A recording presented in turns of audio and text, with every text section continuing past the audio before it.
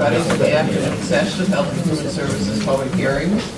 And thank you all for your patience today. We really appreciate that.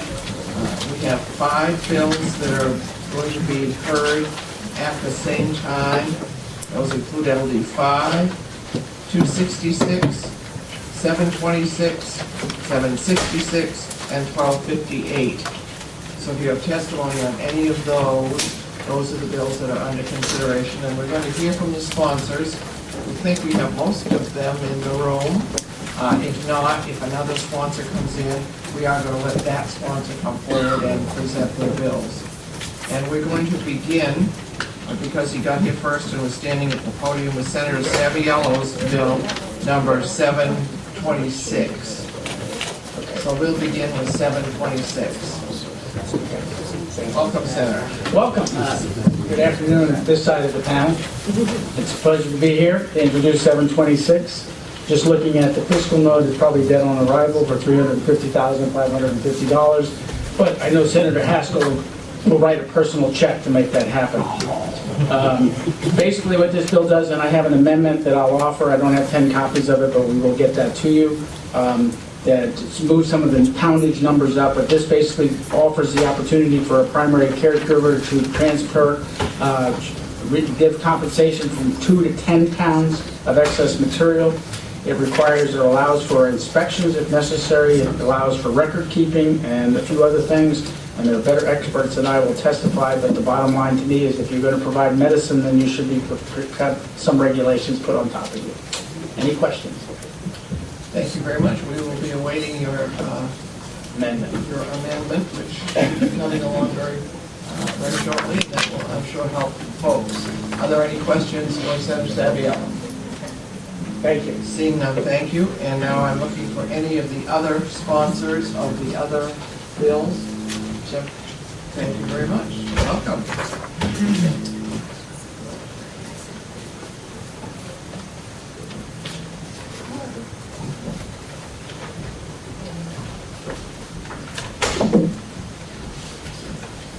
Shall I begin? Yes, go right ahead. Thank you. Yes. Good afternoon, Senator Brakey, Representative Debilitating, and distinguished members of the Joint Standing Committee on Health and Human Services. I am Lydia Bloom, and I represent the coastal part of the town of York. Shortly after my election, I approached my municipal officers to inquire about any problems that they needed help in resolving. The York Police shared with me that they had encountered difficulty in obtaining answers to their inquiries to the Department of Health and Human Services about the legitimacy of certain marijuana cultivation operations in York. LD 266 was a proposal to deal with that problem.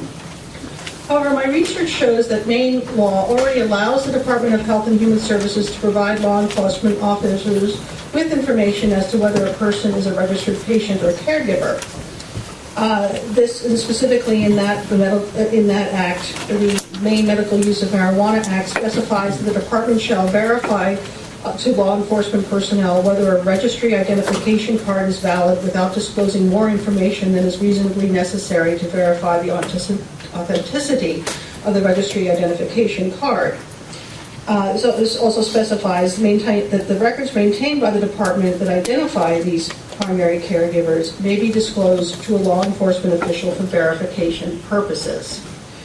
The Department of Health and Human Services has more than adequate resources to respond to law enforcement in a more timely way. The medical marijuana program is self-funded by registration fees paid by dispensaries and caregivers. This funding should be adequate to cover the cost of administering the program and responding to law enforcement requests in a timely manner. I'm concerned about the repeated complaints from law enforcement that the department has not responded to inquiries about registered caregivers. Responses to these requests should be immediate or within 24 hours and should not take days or weeks. I respectfully request that the committee direct the department through this legislation, if necessary, or a formal letter to respond to any and all legitimate law enforcement inquiries about the status of a registered patient or caregiver within a 24-hour period. My own York Chief of Police is here, and he is going to be addressing his concerns directly in his testimony. And I think you'll find him very informative on this matter. Thank you very And I'm much. happy to respond to any questions at this time. Thank you very much, Representative. Are there any questions for Representative? Seeing none, we thank you for your testimony this afternoon. And we are looking for Secretary.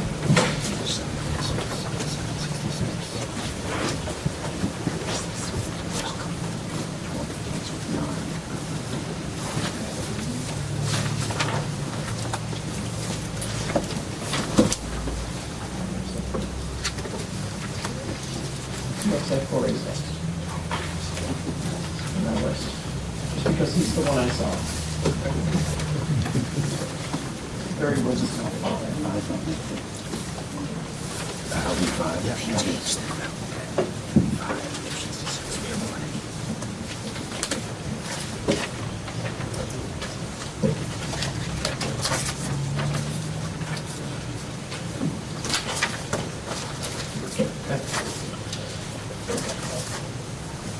Let me see. So, Senator Drake is not here, Representative 15.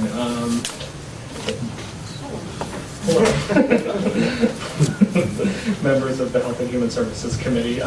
Representative Patrick Corey, and I serve part of Wyndham. I'd like to urge you to pass 766, an act requiring medical marijuana primary caregiver cultivating in a residential building to obtain an electrical permit. Indoor marijuana cultivation isn't without risk, especially when conducted in a residential building that wasn't designed or initially inspected for commercial growing activities. Keep in mind that Maine has the 5th oldest housing stock in the nation, with almost 30% built prior to 1940. One adverse condition is that older homes may have outdated electrical and safety systems. An indoor grow can have a variety of high-load electrical devices in play, including lights, fans, air conditioners, water pumps, depending on methods employed. Typically, a bedroom has one 15-amp circuit. Imagine a 1,000-watt metal halide high-pressure sodium light draws about 10 amps. Just one of these lights plugged into a wall outlet brings you close to maxing out the circuit for that room. When you max out the circuit, there are two possible outcomes. One, if your circuit breaker is in good working order, it shuts down, similar to what happens when I turn on the Keurig and toaster at the same time in my kitchen. Two, should your circuit not be working properly, the wiring may heat up, catch fire, or short out. A qualifying patient may only have 6 mature plants cultivated for his or her medical use. A caregiver can cultivate up to 5 patients, which could result in as many as 30 mature plants. There are a variety of cultivation methods out there, but there seems to be some consensus that 4 to 8 plants can be grown under each light, depending on plant size and desired bud yield. I've even heard estimates as low as 1 to 2 plants. In addition to these mature plants, other plant stock includes some in juvenile states. An easy way to think about this is that light is food for plants.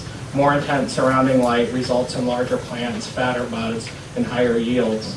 The closer you put the plants together, the less likely the light is able to penetrate the canopy, given the number of mature plants that can be grown per patient. I imagine that a caregiver would want to keep the yield as high as possible. If one 1,000-watt light brings us close to maxing out a circuit, it isn't likely adequate for a grow much larger than one patient, unless the cultivator is growing in multiple rooms or has a room wired for more than one 15-amp circuit. There's a chance that extension cords could be in use. I believe that the likelihood of extension cords being used would increase if the cultivator rents or does not own the property. Extension cords come in a variety of lengths and gauges, that's thicknesses, each suitable for different tasks. Every extra foot of cord increases heat and resistance when attached to high-load electrical devices, which could result in fires. As a matter of fact, OSHA recognizes that overloaded, unapproved extension cords can present serious fire safety hazards. Moreover, their guidelines state that extension cords are for temporary uses only. In most commercial facilities, you won't even find the use of any extension cords at all. This bill does not seek to place unnecessary burdens on anyone with a debilitating medical condition growing marijuana on their own. Rather, its intent is to make commercial cultivation in single and multifamily residential dwellings safer. We're aware that there are caretakers who have taken these steps with increased yields and safety in mind. This won't be a burden for them as they've chosen to do this work already. Having an electrical person come in and install a panel for the growth that they're having. There have already been a couple of fires in Maine this year caused by marijuana cultivation and faulty electrical plans and systems. I've included those articles with my testimony. These weren't necessarily ones that were medical marijuana caregiver grows, but they are, examples of people growing marijuana and overloading circuits or overloading extension cords. I learned that we may want to amend this bill to require caregivers and/or dispensaries when making their initial application through DHHS to demonstrate compliance with 32 MRSA 1102B. Current statute requires no electrical equipment be installed or altered without obtaining a permit from the electrician's examining board. Compliance could be demonstrated through proof of a permit, and that the process could be created through routine technical rulemaking at DHHS after informal consultation with the electrician's board. There are a couple of options for how to best insert this into statute. I have faith that this committee is capable of recognizing the issue at hand, coming up with the best statutory way to protect Maine's families and firefighters from life loss, injury, and property damage. I'll be here for the work session, and I'm open to answering any questions you may have today. Thank you very much, Representative Floyd. Are there any questions from the committee for the representative of this time? Seeing none, you're off the hook. Thank you. No, it doesn't work that way. These are questions from the committee. If you have questions that you believe should be a part of the discussion, when you come up and testify, please say, would you folks make sure you ask this question or get this piece of information as the lady today. Representative Russell. Welcome back. You guys will never want to see me again. Oh wow. Oh, which one's on? There we go.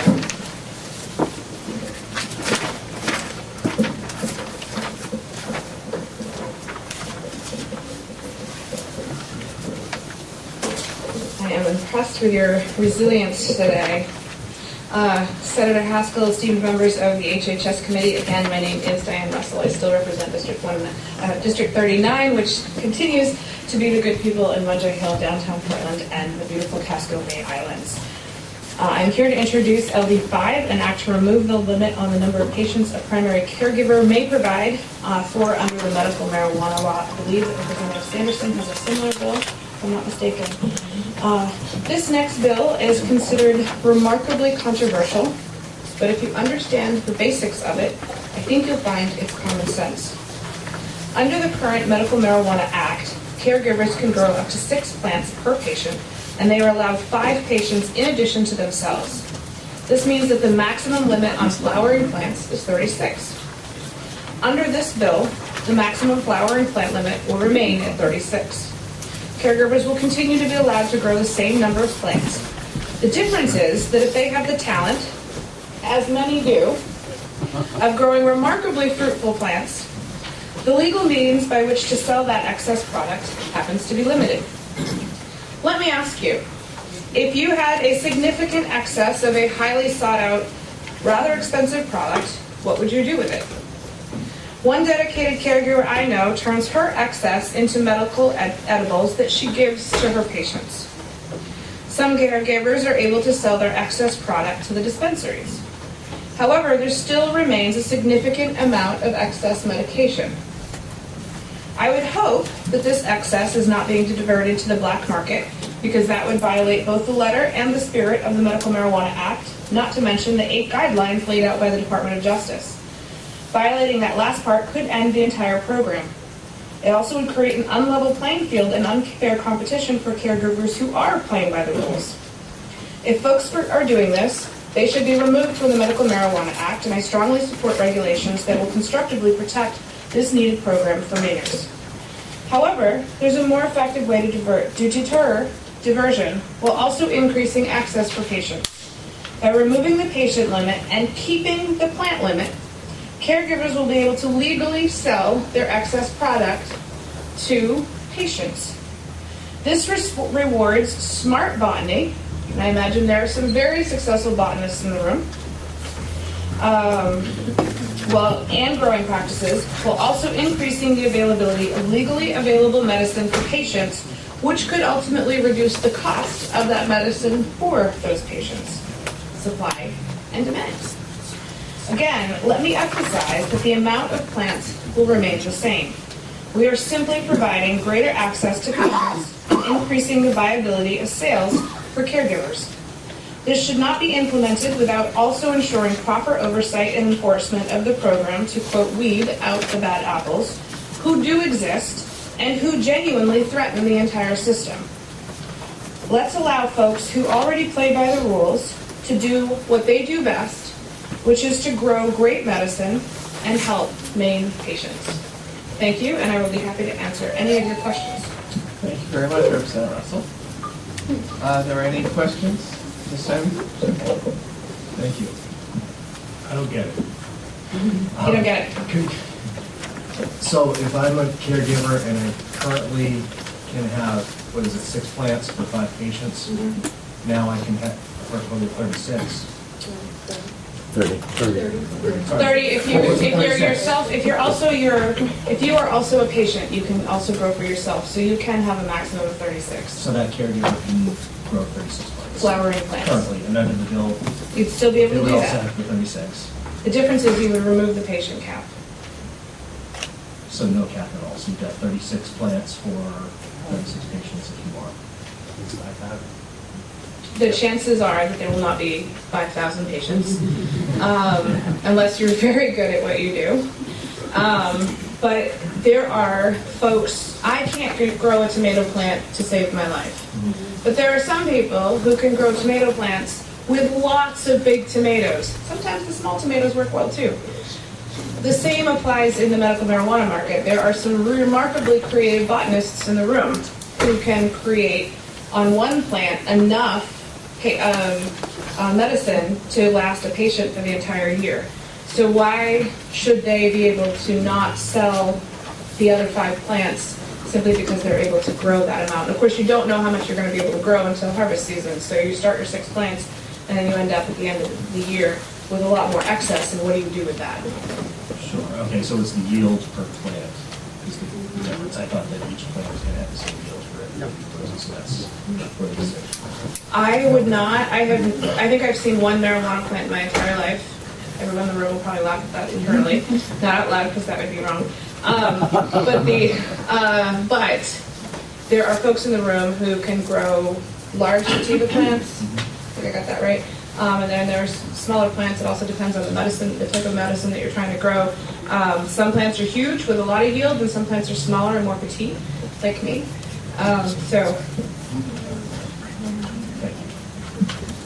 Thank you. Are there any additional questions for Representative Russell? Hearing none, I'm going to thank you very much. Thank you. And thanks for all the folks that came to turn out today for these important bills. The medical marijuana program continues to be a very, very important program for patients all across the state and a model for places all across the country. And I commend folks for turning out to protect it, to tweak it, and to make it better.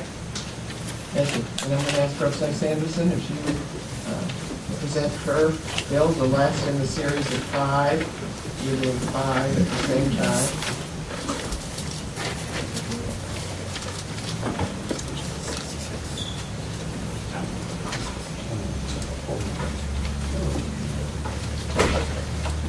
Welcome to the committee. Thank you for doing that.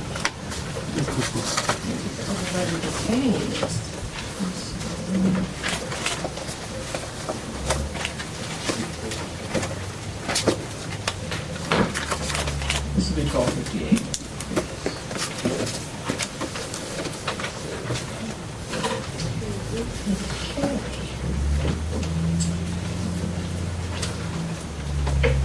Well, I will acknowledge our Senator Brakey and Representative Debilitating in absentia, and then the rest of the distinguished members of the Health and Human Services Committee.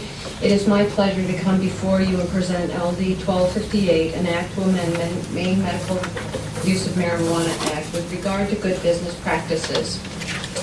LD 1258 addresses 4 issues with current policy. 1, as we just heard from the representative from Portland, Representative Russell, Caregivers who are designated to cultivate medical marijuana for patients under current law are limited to 5 patients and may cultivate up to 6 mature plants for each. Other plants in different stages of development are not counted in that number of 6, so in order to ensure an uninterrupted supply cycle for a particular patient. One of the difficulties faced with these limitations is, depending on how prolific a particular plant may be, a caregiver may find themselves with excess beyond what they are currently allowed to process, making it necessary to either destroy the product or give it away for free. LD 1258 would allow a caregiver to transfer excess prepared marijuana to a qualifying patient for reasonable compensation.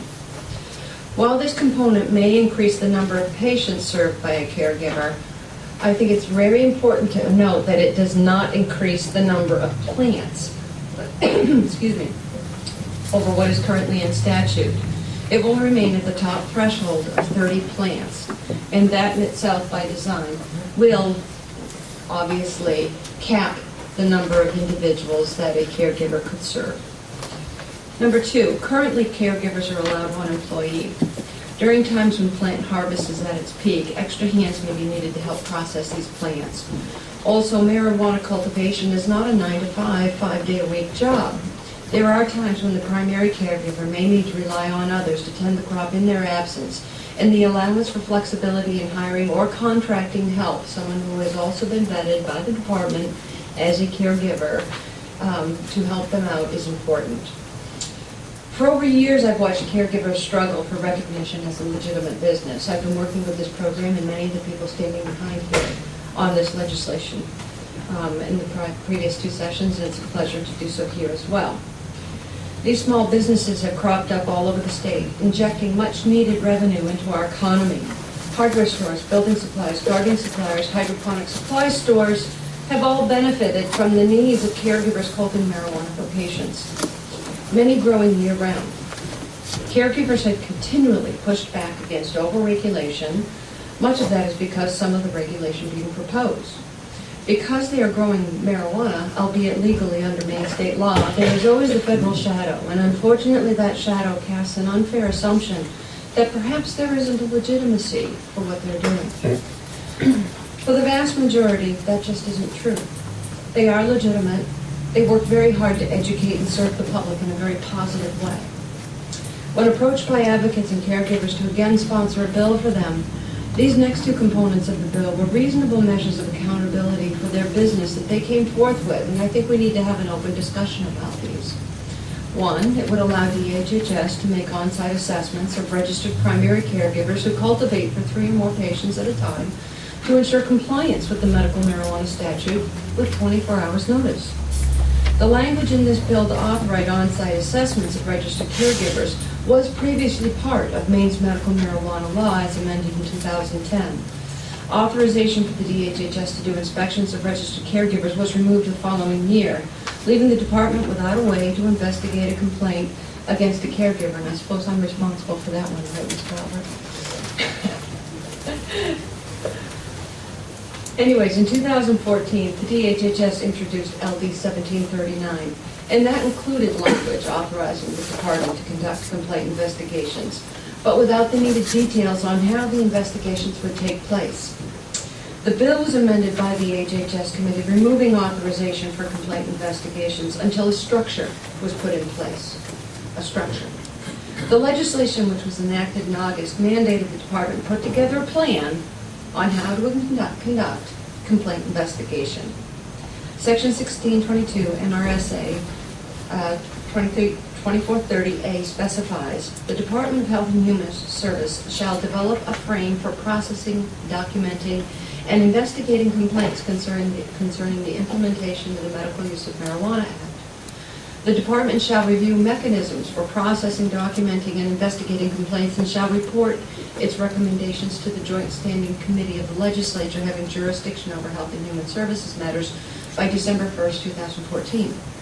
The department shall include in its report whether enacting new laws or authorizing new laws, either routine, technical, or major substantive, is required to implement the recommendations of the department. At this time, there is no legislation or rules allowing on-site inspection of caregivers. However, in March 2015, the DHHS implemented a caregiver complaint investigation program, effectively doing on-site assessments, but without the clear guidelines in law or rule. In order for caregivers to have consistency in knowing what is expected to operate their business in compliance with the law, clear guidelines for how inspections and investigations are conducted need to be put in statute and rule as they are for other businesses. Under state licensure, the department is allowed to inspect all other licensed entities, and it seems reasonable that a caregiver grow sites have that same expectations as long as there are a clear process and the same rules apply.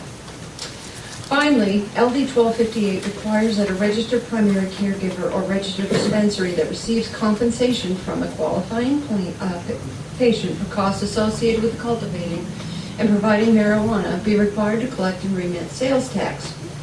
Under current law, marijuana is specifically excluded from the sales tax exemption or medications. Here's where it gets a little tricky though, and I think this is where we may actually need to address our colleagues on another committee, because I'm always trying to be very sensitive about stepping on committees of jurisdiction, and taxation is really not our area of jurisdiction. But there's a little problem in here with regard to the fact that because there's ambiguity about whether they're actually selling a product or whether providing a service.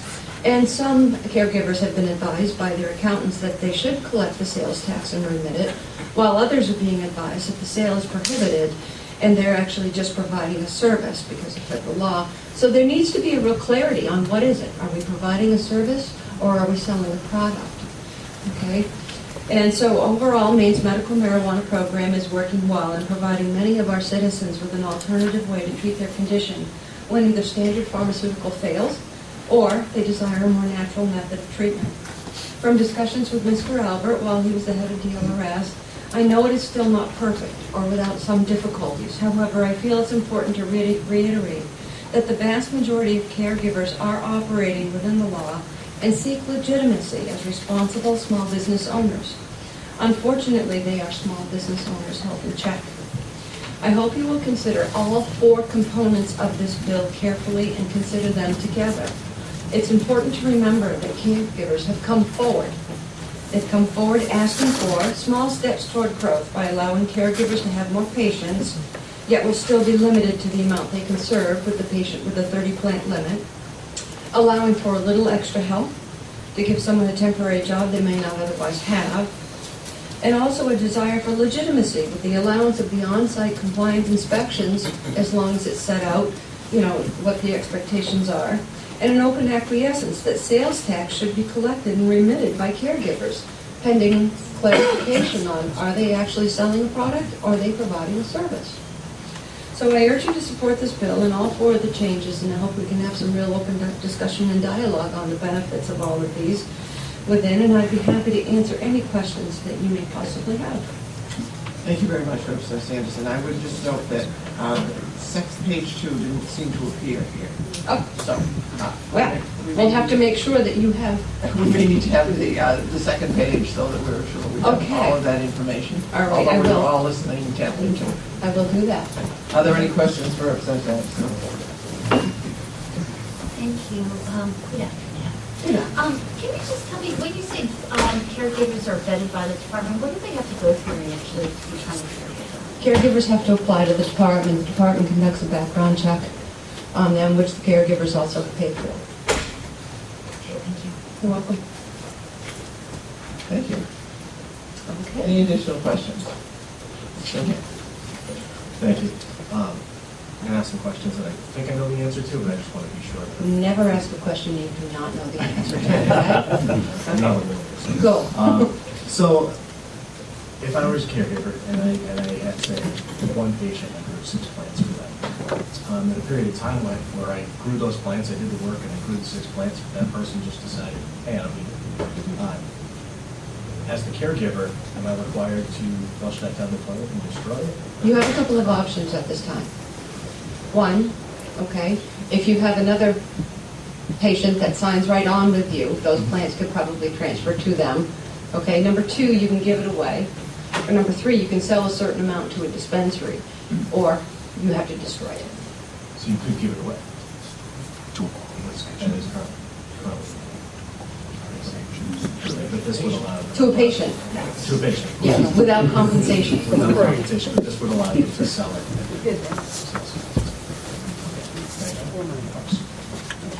Thank you. Are there any additional questions? Seeing none, thank you very much, Representative Sanderson. That takes us through the prime sponsors on those bills. The next thing I'll ask is if there are any co-sponsors who are in the room who want to speak on any of those 5 bills. And seeing none, I'm going to ask for those people who are going to be speaking in support. And I believe there were some specific folks who were recognized by their sponsor. And I'd like to give you the opportunity to come forward if you would in support of the bill. And this would be any of the 5 bills, LD 5, 266, 726, 766, and 1258. It'd be very helpful if when you stepped up, you would let us know which bills it was that you were speaking to. That will help us to keep that straight. And as folks who have been in the room all morning know, we will be running a clock. That is to make sure that with the number of people here, we gave everybody a half an hour. We would be here until Thursday. So we will be running a clock. I won't be terribly rough with it, but if you get to 4 minutes, I'm going to ask you for a clarifying wrap-up sentence. So, welcome. Thank you, Senator Haskell and members of the committee. My name is Doug Bracey. I'm President of the Town of York and the Police Chief in York. I'm also here representing the Maine Chiefs of Police today in the matter of LD 266. And as you've seen, I've given you a lot of information. I'm going to encapsulate that. There's about 7 pages of testimony. Many of these are instances which I will try to just touch on that have been brought to me by other chiefs, as well as the experiences I've had in New York with the oversight available through the HHS. I want to first clarify by saying that when we call the HHS, we do get responses. And I can't say that it's the employees that are not being responsive. But the process definitely is problematic at best. The ability for us to be able to garner information on caregivers is very cumbersome, if not impossible. Just to give you the example, in New York, we have what I would call a cooperative. We have about 9 caregivers now that are operating out of a warehouse in New York that unfortunately is next to a subdivision. I've probably in the vicinity of 60 to 65 complaints now. I've had from residents of that subdivision, everything from dangerous driving on the private road that goes into the facility to aggressive dogs. Many of the caregivers actually have, I guess, protection dogs with them, to hypodermic needles they found on their property, to different types of harassment. They've noted vehicles from multiple states up and down the eastern seaboard going into the facility. Much of the traffic's from 10 o'clock until 2 a.m. to 4 a.m. in the morning. And as the police chief in the town, I've been tasked with trying to investigate all of these different complaints and respond to them. One of the biggest problems is I've yet to be able to talk to all of the caregivers or even identify all of them. The way the system works is if we have a name, then they'll verify if the caregiver is a caregiver or not. In this case, many of them don't. In one actual instances, we've only had 2, where I would say incidences. We had one of the caregivers was charged with reckless driving, leaving the property, had an accident, and was charged for that. We have another caregiver that was arrested in an undercover operation, not at the facility, but in the possession of selling marijuana. And that information was notified to DHHS and the license was taken away. But I guess what I'm here today on the part of the chiefs is really 2 things. We need to clean the process up. I'm thinking, and listening to Representative Russell, she brings up a good point. There are multitudes of caregivers in this state, and most of them are operating legally. The problem we are having is to get at those that are not. And having the information available, like in this case, if I just had the names and the phone numbers, so I could at least call these people and get them together, it would be part of it. As you'll see, this warehouse, they have video surveillance, they have a gate going in. when we respond to complaints and alarms, many times nobody will even come to the door. So we don't know whether something legal's going on inside, something illegal, something bad even to them. When I talked to the chiefs across the state and sent this out to see whether they would allow me to come speak on their behalf, their concerns are, as mine, that it isn't just this one situation. We're confronted with caregivers. Many times we get calls from citizens. They see something suspicious, something unusual going on at a neighboring home. We institute an investigation, and in the criminal process, we have to develop probable cause. So we go through that whole process only to find out that it was illegal, this person was legal in doing what they're supposed to and able to do by law. So in some senses, a lot of these cases that we investigate are a complete waste of time for us.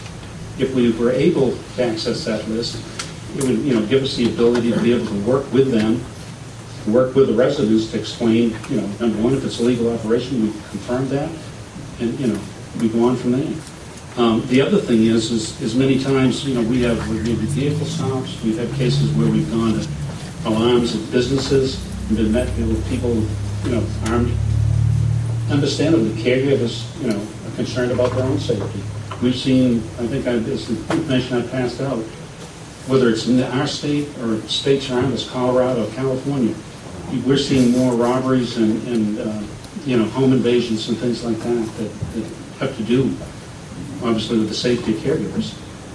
What we're looking for, I think, is to somehow work with caregivers and HHS to make the system more transparent. I understand them not wanting their names spread across the public landscape, but on the other hand, I think that is for us to serve them and serve the people in our communities that we need to be able to have more information and have a process in place of how we deal with those who don't say. Thank you. I see the light. Thank you very much, Chief Rick. You did a good job of reading my eye movements. Before you leave the podium, I want to just see if the committee has any questions for you. Here's Representative Burstein has a question. Thank you. Can you just wait for that question? I'm sorry. Representative Burstein. Do you ever foresee a situation where maybe the caregivers could come to you versus you going to the caregivers so they can identify themselves? Or do you think that they might have some hesitancy from old beliefs in different towns? I would agree. I mean, I think in some cases there is a lack of